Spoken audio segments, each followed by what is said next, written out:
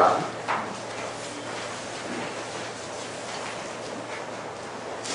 1절부터 11절 말씀까지 보도록 하겠습니다.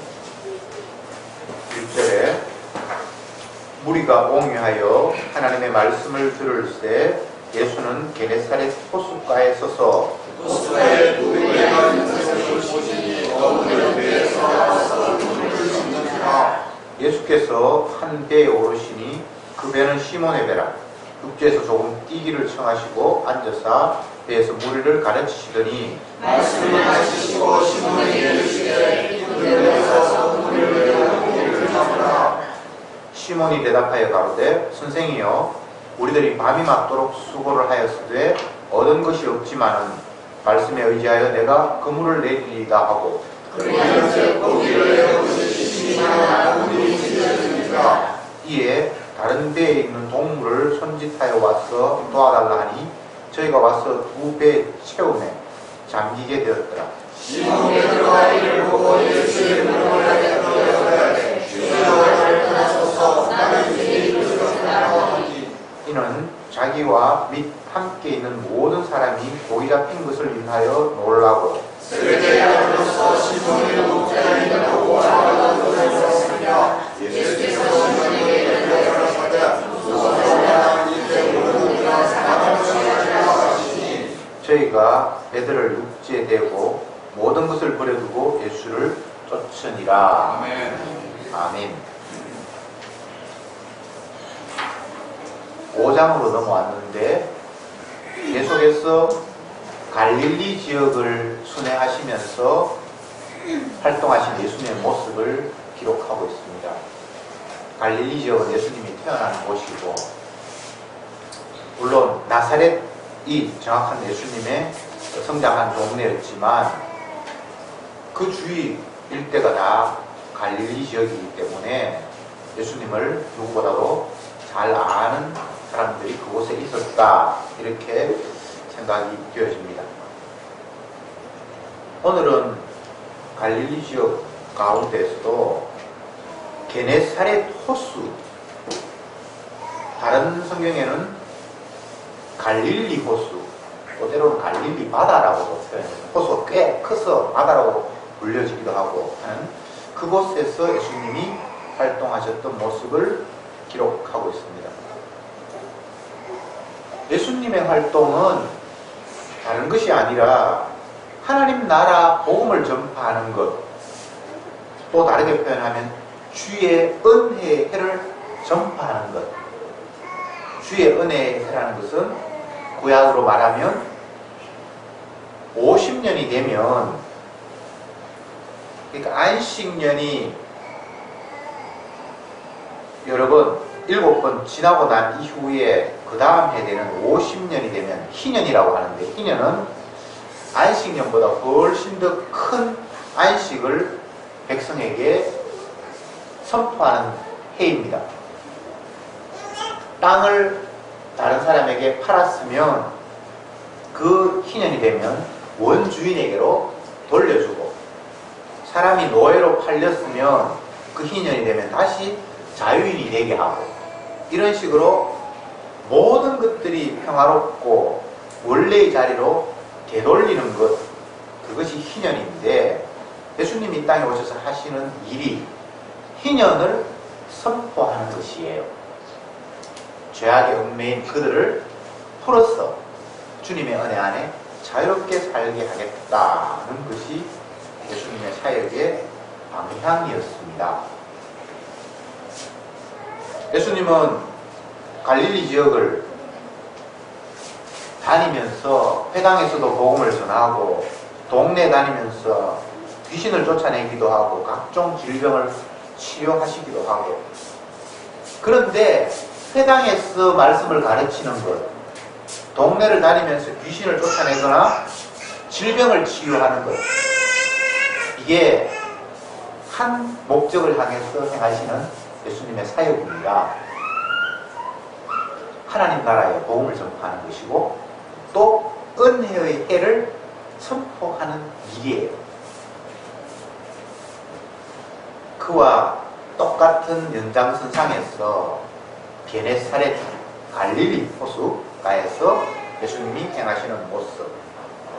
많은 사람들이 예수님을 향해 몰려왔고, 예수님은 호수에서 시몬 베드로의 배 위에 올라서 베드로에게 육지에서 약간 바다 안쪽으로 배를 물려라, 그렇게 명하셔서 사람들이 예수님 앞에 접근하지 못하도록 만들어 놓고 그곳에서 사람들에게 설교를 하셨고, 그 설교가 끝난 후에 베드로에게 명하시기를, 베드로야, 배를 좀 더 물 깊은 곳으로 옮겨가서 그곳에서 그물을 내려보아라, 이렇게 명령하셨습니다. 베드로가 하는 이야기가, 주님, 제가 밤새도록 고기를 잡으려고 그물을 쳤는데, 헛수고를 했는데, 이제 주님 말씀에 의지해서 제가 그물을 내리겠습니다. 해서 그물을 내렸는데, 그물에 고기가 가득 채워져서 베드로 혼자는 도저히 그 그물을 올릴 수 없어서 주위에 있는 친구에게 손짓을 해서 같이 와서 그물을 올렸는데, 두 배가 잠기기 직전까지 고기가 가득 찼다고 기록하고 있고, 그 상황이 펼쳐지니까 베드로는 예수님 무릎 아래 엎드려 꿇어서, 주여, 나를 떠나소서, 나는 죄인입니다, 라는 희한한 반응을 보였고, 예수님은 그 말씀을 듣고 베드로에게, 이제 후로는 네가 사람을 취하리라, 사람을 낚으리라, 이런 말씀을 하셨습니다. 이게 오늘 저희들이 같이 읽은 본문의 내용입니다. 예수님의 사역은 다 하나님 나라의 복음을 전파하는 일입니다. 설교도 하나님 나라를 전파하는 것이고, 질병을 치료하시는 것도 하나님 나라를 전파하시는 것이고, 베드로의 배에 올라가서 깊은 데 가서 그물을 내리라고 명하시는 이 모든 일들도 하나님 나라 복음을 전파하는 일의 일환입니다. 다른 일이 아니에요. 예수님이 이 땅에 오셔서 십자가에 돌아가시는 그 순간까지 그분의 행동, 말 모두는 하나님 나라의 복음을 전파하는 일이었습니다.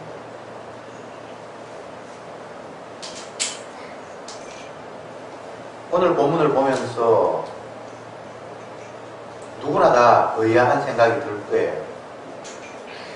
베드로는 고기 잡는 일이 자기의 직업이었습니다. 그래서 자기가 사는 그 갈릴리 일대 호수에서 늘 고기를 잡는 게 자기 일과였겠죠.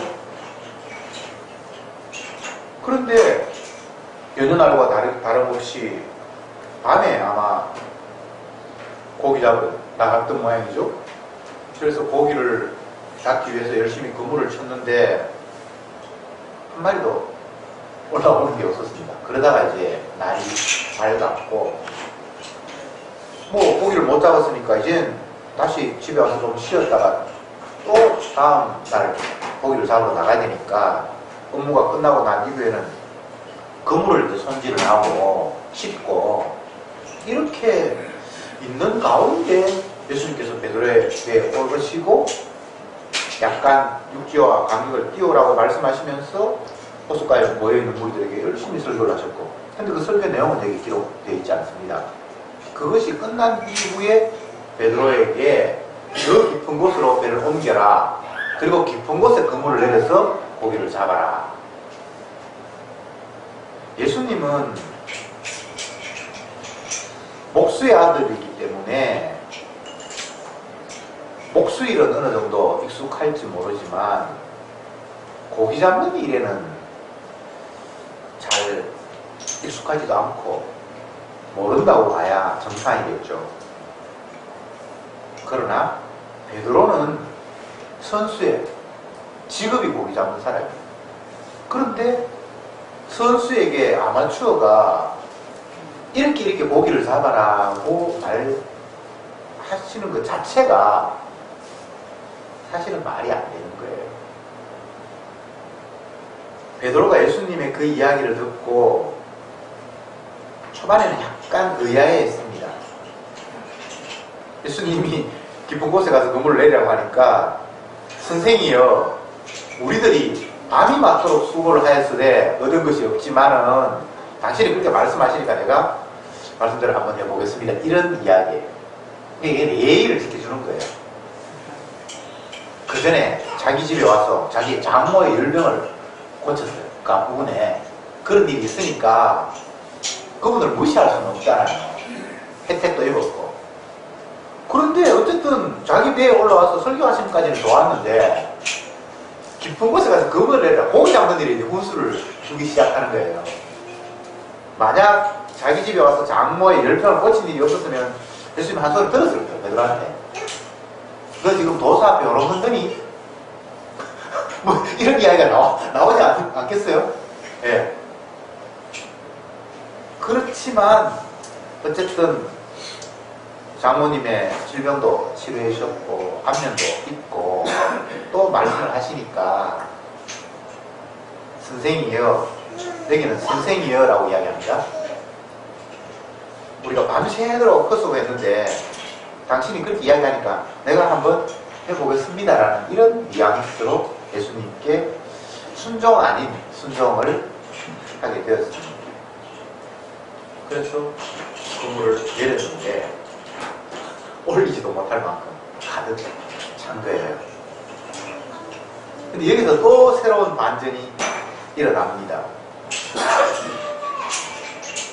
상식적으로 생각해보면 어부가 고기 잡는 게 직업인데 밤새도록 수고했는데 헛수고를 했다. 근데 누군가가 새로운 정보를 제공해서 고기를 가득 잡았다. 그러면 감사합니다. 감사합니다. 내가 이거 100%는 다 못 가지고요. 30% 당신 드릴게요. 뭐 이런 식의 이야기가 되면 하나도 우리는 의아해할 게 없습니다. 아니면 주님 저와 동업합시다. 내가 지분을 50%를 당신께 드리겠습니다. 뭐 이런 이야기가 진행이 되면 뭐 그렇겠네 라고 생각이 되어지는데 그물을 혼자 못 옮겨서 옆에 있는 친구에게 배불러서 2배 지금 가득 찼는데 그게 막 물에 잠길 만큼 찰랑찰랑하는 이런 상황이 됐다 이 말이죠. 그런데 갑자기 베드로가 예수님 무릎 아래 얼굴을 대면서 주여, 여기서는 이제 선생님이 아닙니다. 주여, 나를 떠나소서 나는 죄인입니다. 이런 완전히 일어나 버렸어요. 이게 사실 성경에서 어려운 부분이에요. 고기 못 잡았는데 예수님 고기 잡게 해줬으면 고맙습니다. 감사합니다. 뭐 이게 상식인데 감사하고 고맙고 그런 마음을 떠나서 그 앞에 무릎을 꿇고 나 죄인이에요. 나를 떠나세요. 나는 당신 앞에 설 수 있는 사람이 아니에요. 라는 이런 반응이 왔다 이 말이에요. 이게 인간이 이해할 수 없는 예수님과 죄인의 만남입니다. 저와 여러분들이 늘 이걸 기대하면서 주님을 찾아요. 은혜가 없을 때는 나 고기 잡는 어부인데요. 주님, 내가 아무리 노력해도 고기가 안 잡혀요. 좀 도와주세요. 그래서 주님께서 이렇게 해라. 말씀도 순종하니 고기를 많이 잡았다. 이번 주에 감사한 거 많이 할게요. 대부분 신앙생활이라는 게 그렇게 흘러가는데 이 상황은 내가 바라고 기대하고 소망했던 바가 이루어졌음에도 불구하고 이게 나의 죄악이었구나. 이렇게 내가 기대하고 바랐던 이 자체가 죄악 덩어리였구나라는 사실을 깨달으면서 그 앞에 머리를 숙이는 이 상황. 이게 은혜가 찾아온 순간입니다. 예수님은 자기 백성에게 그들의 필요를 채워주시는 분이 아니라 예수님 당신이 생각할 때 저에게 꼭 필요하다는 것을 주시는 거예요. 아버지께서 구하는 자에게 좋은 것으로 주시지 않겠느냐. 구하는 자는 무엇이 좋은 줄도 몰라요. 그래서 무엇을 마실까, 무엇을 먹을까, 무엇을 입을까 이런 염려에 빠져서 그것 날마다 주세요, 주세요, 주세요 하는 게 저와 여러분들의 한계입니다. 우리가 아무리 고상하게 기도해도 그 범주에서 벗어나지 않아요. 노골적으로 주님 돈 벌게 해주세요, 고기 잡게 해주세요, 뭐 이런 기도를 하는 사람이 있고, 또 조금 더 고상하게 내가 주님의 복음을 위해서 뭘 일을 하려고 그러는데 재정이 좀 모자랍니다, 뭐 어쨌든 뭐 이유를 어떻게 설명하든 결과적으로는 먹고 마시고 입고 하는 거, 그거 채워주세요 라는 게 인간의 본능이에요.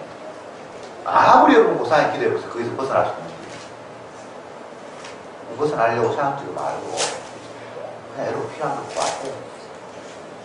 그러면 여러분이 정말 주님의 백성이라면 주님이 좋은 거 주세요. 내 필요한 거, 내가 원하는 거 아닌 좋은 걸 주신다는 거예요. 그렇게 됐을 때 이 베드로 같은 이런 고백이 나와요. 주여 나를 떠나소서, 나는 죄인입니다. 저는 이 본문을 예전에도 물론 여러 번 봤습니다만 볼 때마다 느껴지는 게 참 감사하다.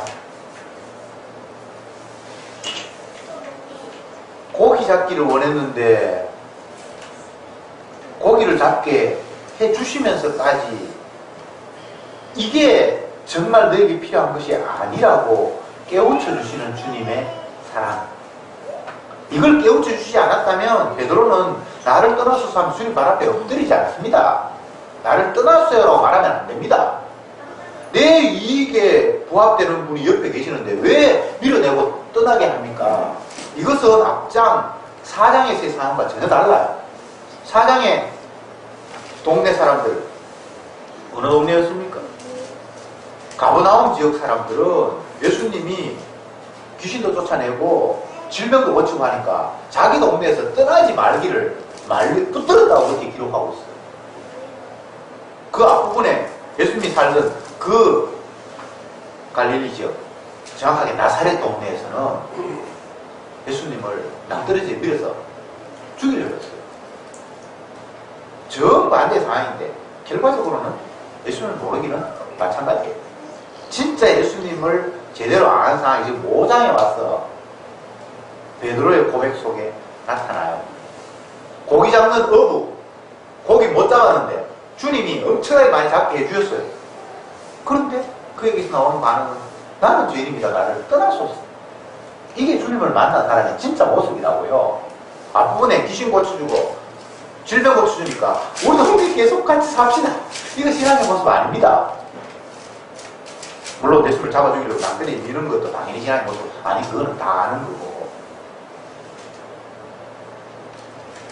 여러분, 왜 베드로는 고기 잡기를 원했고 고기를 엄청나게 많이 예수님 덕분에 잡았는데 이 상황에서 내가 죄인입니다라는 고백을 했을까요? 이게 본문의 핵심입니다. 물론 주님의 은혜가 임했죠. 주님의 은혜가 임하니까 내가 그동안 내 살기 위해서 먹고 살려고 고기 잡으면서 안간힘을 쓰면서 달려왔던 그 삶이 얼마나 완악한 모습인가가 깨달아져 버린 거예요. 주님의 은혜가 아니면 내가 열심히 땀 흘리고 수고해서 밥 먹고 사는 게 이 근로의 의무를 나는 성실히 이행하는 것이고 부지런한 성실한 누구보다도 열심히 살아가는 인간의 삶의 모습이잖아요. 제가 지난 15일 친구들 만났는데 한 친구가 이런 이야기를 해요. 잘 나가는 직장 다니다가 이제 퇴직하고 나이가 들어서 정년도 밀려나고 제2의 취업을 했는데 월급을 이제 10분의 1 수준으로 이제 받는다는 거예요. 그러면서 집하고 회사하고 거리가 너무 멀어서 1시간 반 걸린대요. 그래서 아침 8시에 업무를 시작해야 되기 때문에 집에서 6시에 나가고 저녁에 돌아오면 10시나 10시 반이 된다는 거예요. 그래서 어떨 때는 가다가 차 안에서 조금 졸고 올 때도 조금 졸고 하루에 안 졸고 운전해 가는 때는 없다고 그렇게 이야기를 해요. 제가 그 이야기를 듣고 많은 생각을 했어요. 야, 밥 먹고 살만한데 저렇게 힘들게 일하는 이유가 무엇일까? 그냥 노동하고 일하는 게 그냥 자기 삶이 된 것 같아요. 하루도 그냥 집에서 아무 일 없이 있으면 뭔가가 부자연스럽고 어색하고 적응하지 못하는 그런 이상한 괴물의 모습이 된 것은 아닌가. 베드로가 열심히 고기 잡고 그것으로 생계를 유지하면서 살아가고 장모가 있으니까 당연히 아내는 있을 것 같고 뭐 열심히 일해서 살아야 되잖아요. 고기 잡는 사람이 고기 많이 잡아야 되잖아요. 그런데 왜 그 상황 앞에 주여 나는 죄인입니다 라는 말을 할 수밖에 없느냐는 거예요.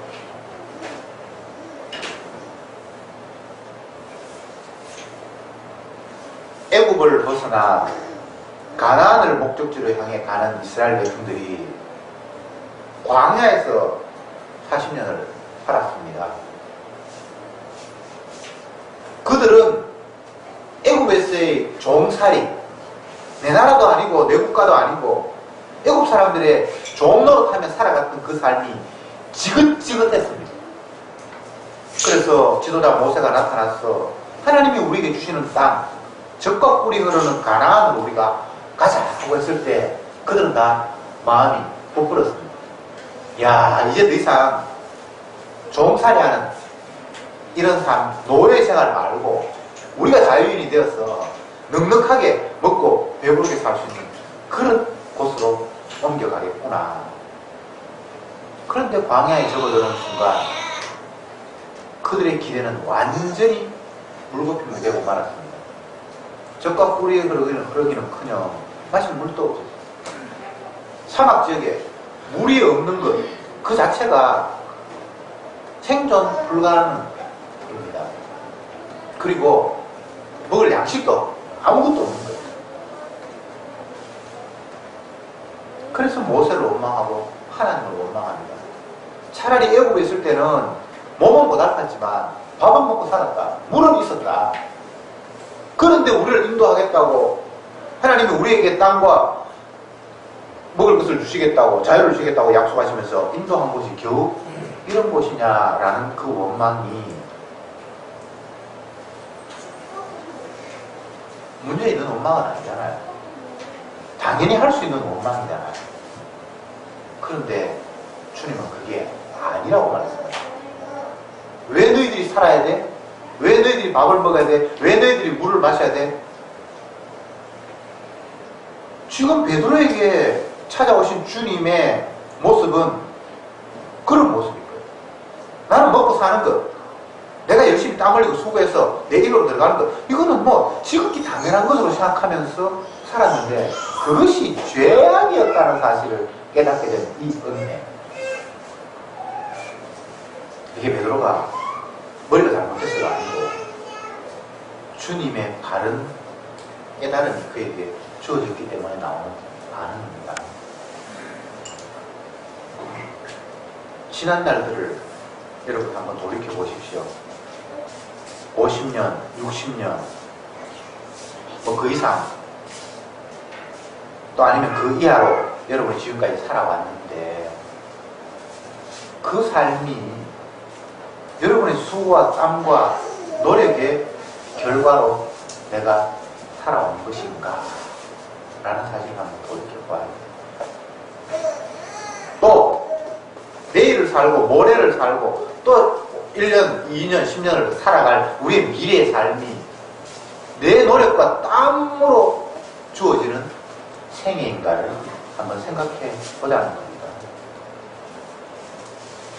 미안하지만 아닙니다. 내 수고해서 산 거 아니고요. 내 수고해서 앞으로 내 삶이 연장되는 거 아니에요. 철저히 주 되시는 예수님의 당신의 뜻을 이루기 위한 과정 속에 우리를 살리셨고 앞으로도 필요에 따라 살리실 뿐이에요. 그래서 내가 나를 살려야 된다고 안간힘을 쓰면서 달려가는 그 인생은 이 베드로의 고백처럼 주여 나는 죄인입니다 라는 고백을 할 수밖에 없어요. 왜 걱정하는데요? 자녀를 왜 부모가 걱정하는데요?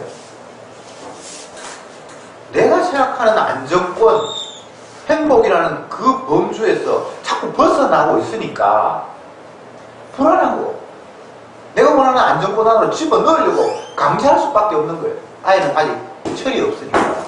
그런데 계속해서 벗어나려고 합니다. 그게 뭐 부모와 자녀 간의 관계뿐만 아니라 부부 간의 관계에 있을 수도 있고 또 친구, 가족 뭐 여러 범위에 다 적용할 수 있는 이야기죠. 물론 내가 좋다고 생각하는 것 또 나쁘다고 생각하는 것을 판단하면서 가능하면 내 사랑하는 주위의 사람들이 좋은 곳으로 안전한 곳으로 옮겨가도록 내가 밀고 당기고 할 수 있어요. 그거 하지 말라는 이야기가 아니에요. 그러나 중요한 것은 안 될 때 우리가 이 상황을 어떻게 받아들일 거냐라는 겁니다. 주님이 막으시면 주님 앞에 복종해야 돼요. 주님이 안 되게 하시면 그 안 되게 하심이 하나님의 뜻이라고 수용할 줄 알아야 돼요. 근데 그게 안 되는 거예요. 끝까지 있는 힘을 다해서 내가 원하는 쪽으로 이걸 옮겨 놓아야만 직성이 풀리는 거예요. 그러면 누가 주인지 몰라요. 내가 주님인지 주님이 따로 계시는지 이게 구분이 안 되는 거예요. 모든 인간들이 이렇게 살아갑니다. 베드로도 그렇게 살아왔고 고기 잡는 일에 누가 혼수를 든다? 평생 바닷가에서 장대가 굵은 이 사람이 누구의 혼수를 듣겠어요? 그런데 이상하게 희한한 일들이 벌어졌는데 그 상황에서 그가 깨달은 것은 내가 죄인이다. 내 노력과 지혜와 경험을 가지고 내가 살려고 발부둥쳐왔던 이 모든 것이 얼마나 교만한 죄악이었던가가 깨달아진 거예요. 그러니까 주님 동업합시다. 고맙습니다. 이런 이야기가 안 나와요. 감사합니다. 한마디도 못 잡았어요. 주님 덕분에 이렇게 많이 잡았네요. 나는 이런 이야기를 지금 할 수가 없는 상태예요. 그리고는 베드로가 이제 예수님께서 앞으로 네가 사람을 취하리라. 다른 성경에 사람 낳는 도구가 되게 하리라.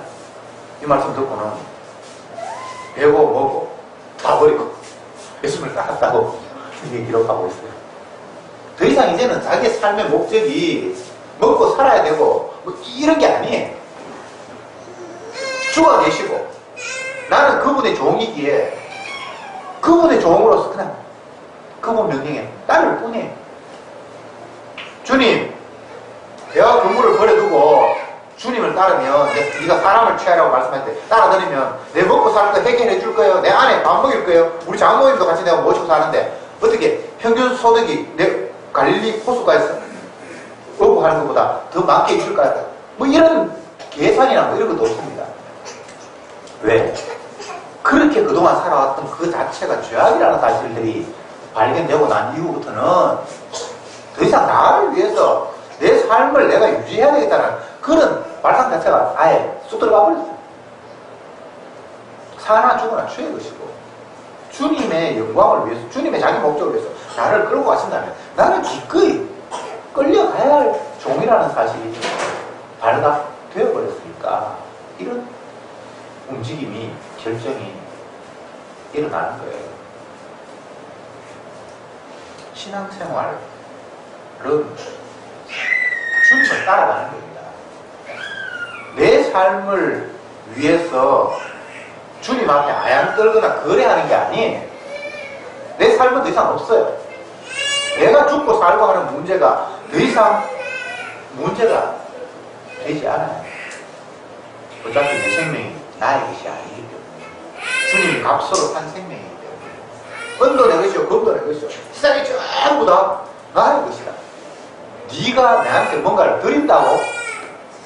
네 것도 없는데 뭐가 네가 나한테 드려?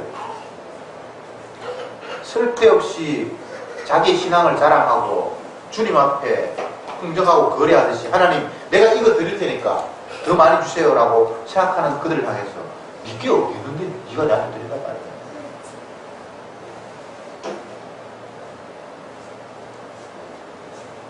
주님의 은혜를 생각해보면 감사 안 한 게 아무것도 없어요. 다 감사합니다. 철이 없을 때는 내가 원하는 걸 주님이 들어주셨다고 생각해서 그런 특수한 몇몇 조건에 대해서만 감사를 했는데, 나중에 돌이켜보니까 내 뜻을 막으신 그 일이 얼마나 엄청난 은혜의 결정이었는지를 감사하게 돼요. 그래서 주 안에서 성도는 모든 것이 합력하여 선으로 주님께서 인도하신다는 것을 깨닫게 돼요. 그러니까 그 은혜 앞에 다다르게 되면 미래에 대한 염려라는 게 얼마나 말도 안 되는 죄악인가를 또 깨닫게 되는 거예요. 주님이 자기 뜻을 이끌어가는데 내가 염려한다는 건 내가 원하는 바대로 되어야 된다는 전제가 있기 때문에 염려하는 거예요. 그렇지 않아요? 나는 이렇게 됐으면 좋겠다라고 생각하는 바가 있는데 혹시 그거 안 되면 내가 어떡할까 때문에 걱정하는데, 주님이 자기 뜻대로 이끌어가면 염려가 없죠. 살라고 하면 살아야 되고, 이제 그만 살라고 하면 그만 살아야 되는데, 나는 그만 사는 것에 대한 옵션이 선택이 없어요. 계속 살아야 돼. 그렇게 내가 일방적으로 내 결정을 해놓고 세상 돌아가는 꼴이 보니까 내가 계속 사는 일에 막대한 뭔가 위험 요소가 주위에 도사리고 있으니까 그때부터 불안이 오는 거예요. 여러분, 지금까지 드린 말씀은 우리가 어찌 할 수 있는 부분은 아니에요. 원리를 설명한 거예요. 원리를 안다고 해서 내가 나를 걱정하지 않거나 평안을 가지거나 할 수 있는 부분은 또 다른 문제예요. 베드로가 주님을 만나고 나를 떠나소서 나는 죄인입니다, 이 고백을 한다고 해서 이를 구원해 주거나 그런 것들은 게 아니에요. 그냥 이렇게 깨달아 버렸어요. 주님의 은혜가 오니까 고기 섞는 문제 많이 잡고 적게 잡고 그 문제가 아니라는 사실을 알게 됐어요.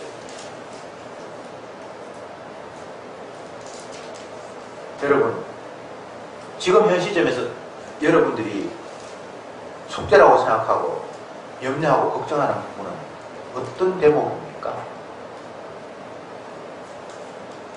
과연 내가 원하는 대로 되는 것이 하나님의 뜻일까요? 그건 아니겠죠. 나의 뜻일 망정 그게 하나님의 뜻은 아니겠죠. 주님의 뜻은 하나님의 나라 복음을 전파하고 주의 은혜의 해를 선포하는 것이 주님의 뜻인데, 과연 내가 원하는 것도 그런 범주 안에 있는 거냐 말이죠. 그거 아니면 그거 다 욕망이고 죄악이에요. 물론 욕망이고 죄악이니까 버리라고 제가 말씀을 드릴 수는 없습니다. 버리라고 한다고 해서 마음대로 버릴 수 있는 것도 아니고요. 다만 깨닫자고요. 내가 원하고 바라는 것이 주님 나라의 복음을 전파하는 것과 연관이 되어 있는지 안 되는 건지는 생각해보자고요. 그 연관이 아니면 그건 다 쓰레기. 주님이 들어주실 리도 없고 그것 때문에 염려한다고 해도 아무 문제가 해결되지 않습니다. 안 되는 거 붙잡고 계속 하려고 하는 그 어리석은 모습이 지금까지 저들이 살아왔던 모습이 아닌가를 다시 한번 돌이켜보자고.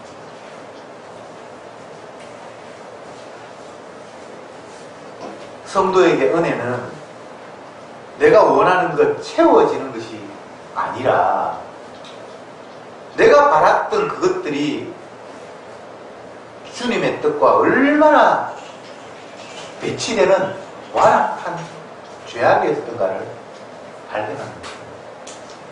그래서 베드로는 그 은혜에 봉착해서 주여 나는 죄인입니다. 나를 떠나소서라는 이런 고백을 하게 되었습니다.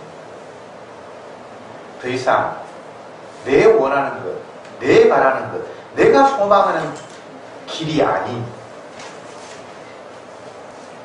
주님이 이끌어 가시는 그 길, 그리고 그 길을 가면서 내가 계속 완악한 죄인이구나를 순간순간 발견할 수 있는 은혜가 저와 여러분에게 있기를 원합니다. 기도합시다.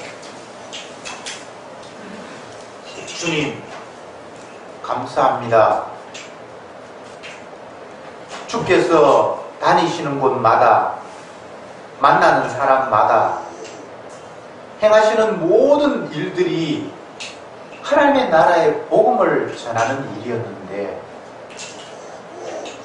베드로는 그 주님의 사역을 보면서 그동안 자신이 성실하게 정당하다고 생각하면서 땀 흘리며 수고했던 그 노력이 완악한 죄악의 모습이었다는 것을 발견하게 되었습니다.